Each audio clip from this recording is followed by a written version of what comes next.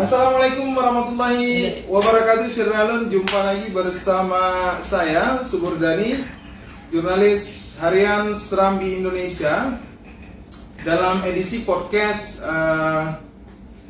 edisi berapa ya? Edisi Senin ya, 8 Maret tahun 2021.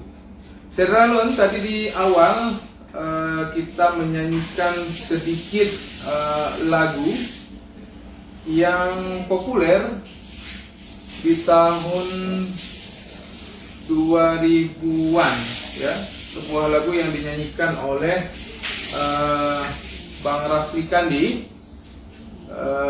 di album solonya. Nah, hari ini Syiralun kita akan melakukan podcast siaran langsung bersama produser musik Aceh, yaitu Syekh Ghazali LKB. Nah, jadi beliau ini merupakan produser musik Aceh yang juga CEO dari Kasga Record. Mana nih Om? Om? Ya. Nanti udah? Ada? So, petikkan ini. Ya, ini Om Syekh. Assalamualaikum Om. Assalamualaikum warahmatullahi wabarakatuh. Ini dia orangnya di balik kesuksesan, di balik masyhurnya lagu-lagu Aceh, misalnya ya, Ibnu Arhas dulu ya, kemudian ada Rafli, kemudian ada Kandi juga kan? Kemudian sebelumnya juga ada Nyawang Om. Nyawang kerjasama.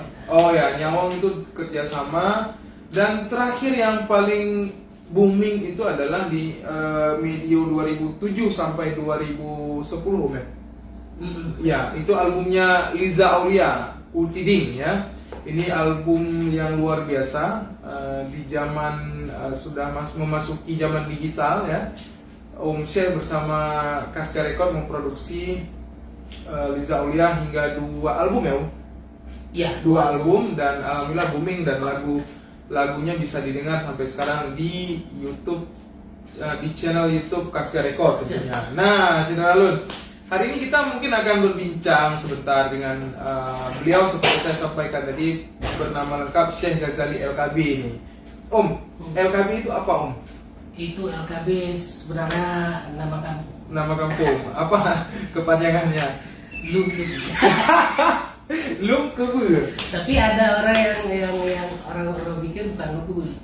Lembaga Kesenian Betawi. Lembaga Kesenian Betawi. Karena saya lama di sana. Oke. Seperti itu. Kalau saya iya aja. Lum Kebur di Samalanga. Samalanga. Samalanga. Ya, Om Syekh, ya, ini Syiralun juga mau sampaikan di kalangan kawan-kawan seniman, musisi itu Om Syekh Ghazali LKB itu dipanggil dengan nama akrabnya Om gitu, Om Syekh. Jadi kemana-mana Om, siapapun, mau umur kecil, mau anak-anak, mau dewasa sampai yang tua itu tetap memanggil Syekh Ghazali LKB itu dengan panggilan akrab Om gitu, Om Syekh, si Om gitu. Om. Ya. Om, tapi bukan Om. Bukan Om. Om, apa kabar nih Om selama Covid? Alhamdulillah sehat. Sehat ya. Sehat walafiat.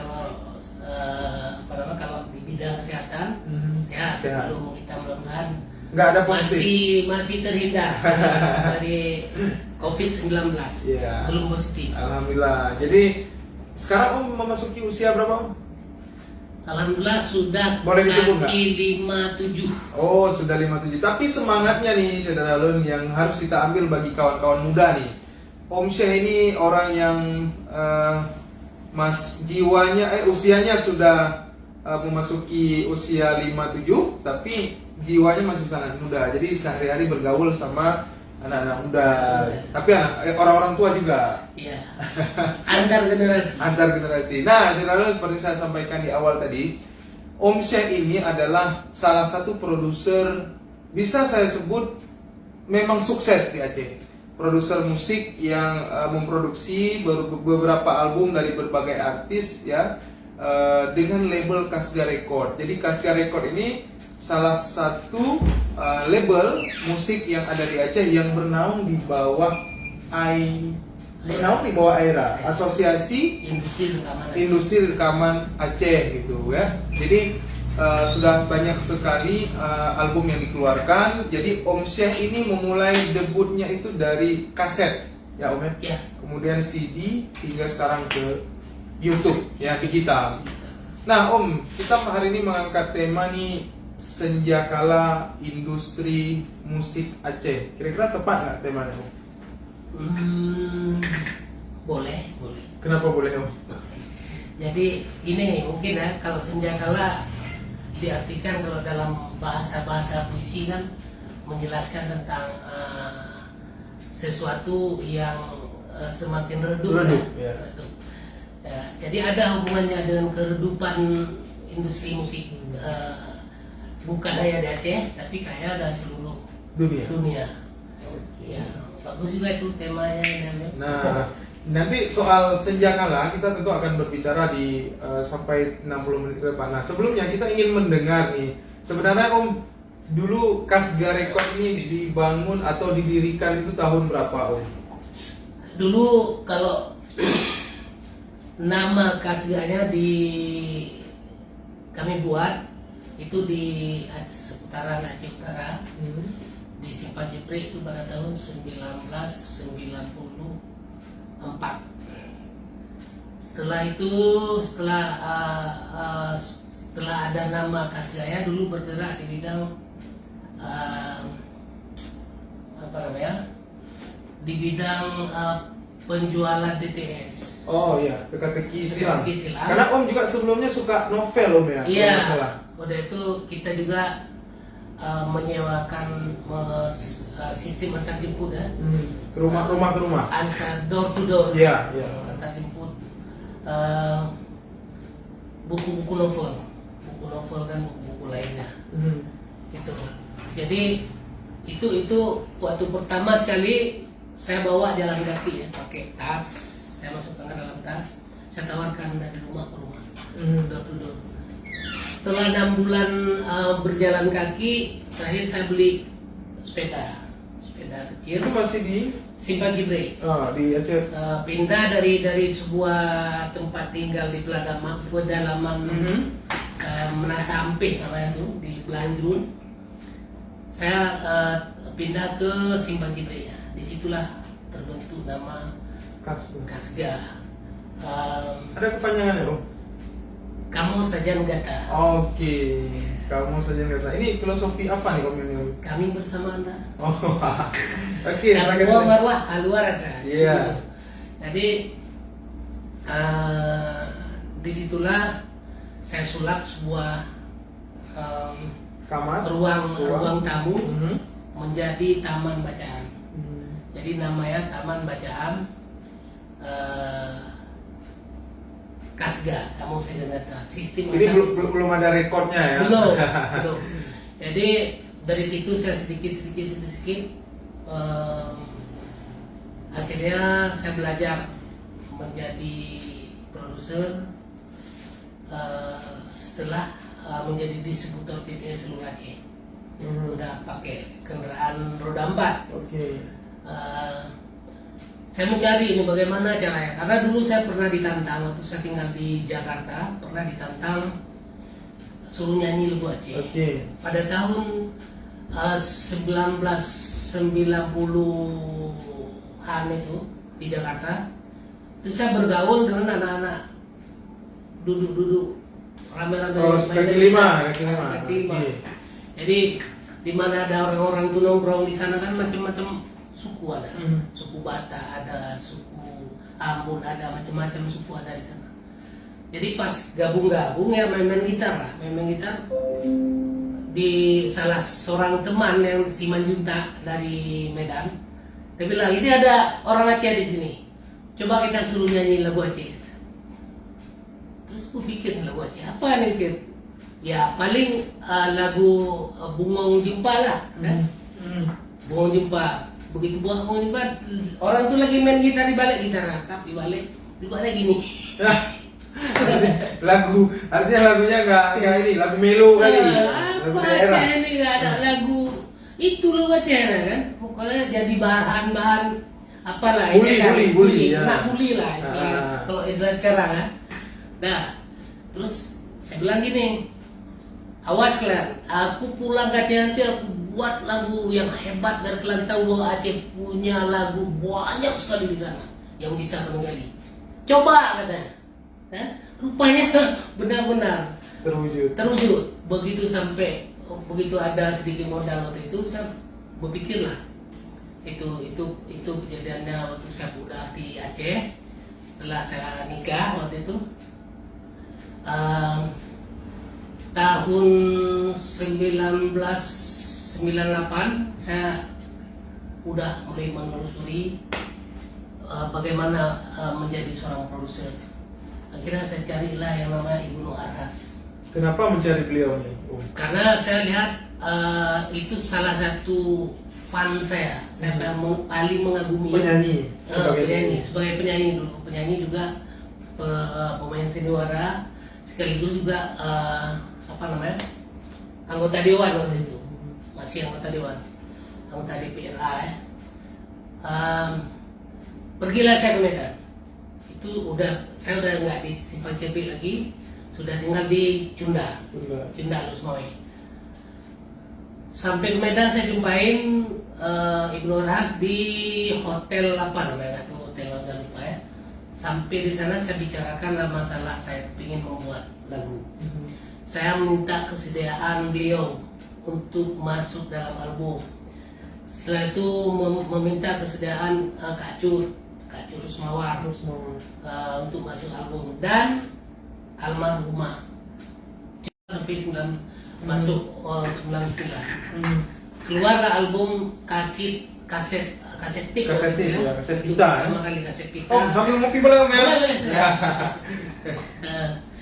Jadi kaset pita itu yang pertama sekali keluar pada tahun 1999. Itu masih konflik waktu itu ya. Itu judul albumnya Kasidah Aceh Cut Intan Ibnu Arhas. Itu pertama sekali. Begitu keluar album itu alhamdulillah mendapat bagus sambutan. Pada tahun 2021 saya ketemu dengan 2021 sekarang ya, salah. Sorry. Tahun 2001 penghujung itu ketemu dengan Rafli. Dikenalkan oleh seorang kawan, Nas Rizal waktu itu. Ketemu dan dia bawa sebuah master album Hasan Hussein. Begitu saya dengar, wah ini dia, saya pikir kan, ini dia yang saya cari gitu kan. Sementara rupanya album itu yang master ya sudah diperdengarkan kepada beberapa produser lain, mereka menolak. Itu hampir ada, kata Rafli sendiri itu sampai 10 produser lain menolak di Aceh. Okay. Nah, begitu sampai ke saya, ya ini yang saya cari ya. Saya kepingin nuansa yang beda. Disitulah awal dari kebangkitan kita bersama Rafli kan. Terakhir selesaikan lagu itu, waktu itu sampel lagunya cuman 4 biji lagu. Itu waktu itu. Dan itu selesaikan rekaman di tempat Moritza Tahir, Momo Studio. Selesai itu masternya saya beli putus, tidak ada perjanjian, ada royalti segala pun tidak ada. Terus itu baru saya produksi. Begitu saya produksi rupanya booming dalam kurun waktu terus menerus sampai 2 tahun ya, 2 tahun. Alhamdulillah itulah. Ini hingga melambungkan nama Bang Rafli sendiri. Iya, nama Kasga juga dan juga nama dia. Terus kami garap album selanjutnya dan selanjutnya. Begitu beberapa kali dalam rapat pertemuan yang kami buat, di situ saya sendiri bersama Rafli bertekad untuk istilahnya bahasanya cek langit. Kita bawa industri lagu kita ini ke seluruh dunia. itu tercetus ketika penggarapan album Kande pertama. Kali pertama. Kande pertama itu kan. Saya lihat Kande jenis musik dan lagu yang digarap oleh Rafli kemudian bekerja dengan saya juga. Ini lain ini nuansanya kan? Beberapa kali pertemuan siap kita untuk menjual industri musik Aceh ini, kita angkat harkat dan martabat musik Aceh ini ke seluruh dunia. Ada yang optimis, ada yang itu kawan-kawan Kande semua di rumah si Jun di Kampung Ramat. Ya. Jadi terakhir Pak Yan itu juga dia semangat kali waktu itu. Oke, the fighting spirit katanya. Makanya jadi tagline albumnya. Oh, tagline albumnya The Fighting Spirit Of Kandi. of Kandi. Ya. Nah, ternyata alhamdulillah booming. Setelah booming langsung Raflinya keliling dunia waktu itu pasca tsunami ya. Setelah tsunami. Dan di situ ada kepuasan bagi saya, bukan mengejar materi semata, tapi rencana waktu kena bully pada tahun 1990 di Jakarta tercapai. Mudah-mudahan mereka yang membuli saya itu mendengar dan mengetahui bahwa saya sudah menepati janji sama orang-orang itu. Iya, ini sebuah kisah yang menarik tentunya. Om Syed sekarang berarti sukses ya dari bulian. Berarti kalau mau sukses dibully dong. Dibully itu.